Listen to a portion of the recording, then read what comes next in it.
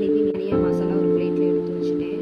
1/2 spoon மிளகு பொடி எடுத்திருக்கேன், 2 ஸ்பூன் மல்லி பொடி எடுத்திருக்கேன், வீட்டில் அரைச்ச மிளகாத்தூள் 1 ஸ்பூன், மஞ்சள் பொடி எடுத்திருக்கேன், ஒரு பிஞ்ச் அளவு எடுத்திருக்கேன், சில்லி பவுடர் வந்து கலருக்காக நான் எடுத்திருக்கேன் 1/2 ஸ்பூன் மட்டும் எடுத்திருக்கேன், கரம் மசாலா வந்து 1 ஸ்பூன் அளவு எடுத்திருக்கேன், தேவையான அளவு உப்பு எடுத்திருக்கேன். இந்த மெத்தடில் நீங்கள் செஞ்சு பாருங்கள்.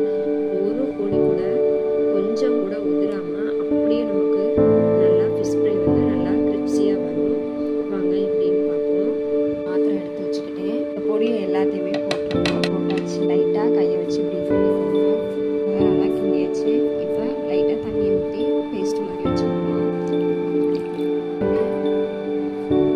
மிளகாப்பொடி, மஞ்சள் பொடி, உப்பு மட்டும் தான் போட்டிருக்கோம். இந்த மாதிரி எல்லா பொடியும் வச்சு செஞ்சு பாருங்கள். ரொம்ப ரொம்ப டேஸ்டியாக இருக்கும்.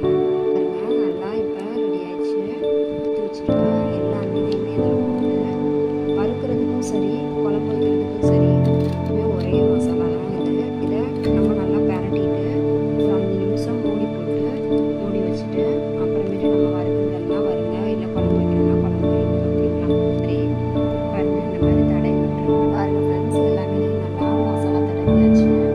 மூடிட்டு 5 மினிட்ஸ் கழிச்சு ஓப்பன் பண்ணி பார்ப்போம். போட்டாச்சு இதில் வச்சுட்டேன். எண்ணெய் விட்டுட்டேன். இப்போ 5 மினிட்ஸ் எப்படி நல்லா மசாலாலாம் போட்டாயிருக்கும் பாருங்க. நம்ம ஒவ்வொரு மீனாக எடுத்து பொரிச்சு எடுத்துக்கணும். எல்லா மீனையும் தோசைக்கல்ல போட்டாச்சு. லைட்டாக எண்ணெய் விட்டுக்கணும். அந்த மாதிரி செஞ்சோம்னா ஃபிஷ் ஃப்ரையில் இருந்தால் மசாலா போட்டிங்கன்னா அப்படியே ஊற்றுறாங்க. நமக்கு டேஸ்டியாக இருக்கும். நான் சொன்ன மாதிரியே நீங்கள் பண்ணுங்கள். இப்போ நம்ம நல்லா மீனில் எப்படி நல்லா இதாக இருக்கும் பார்த்தீங்களா?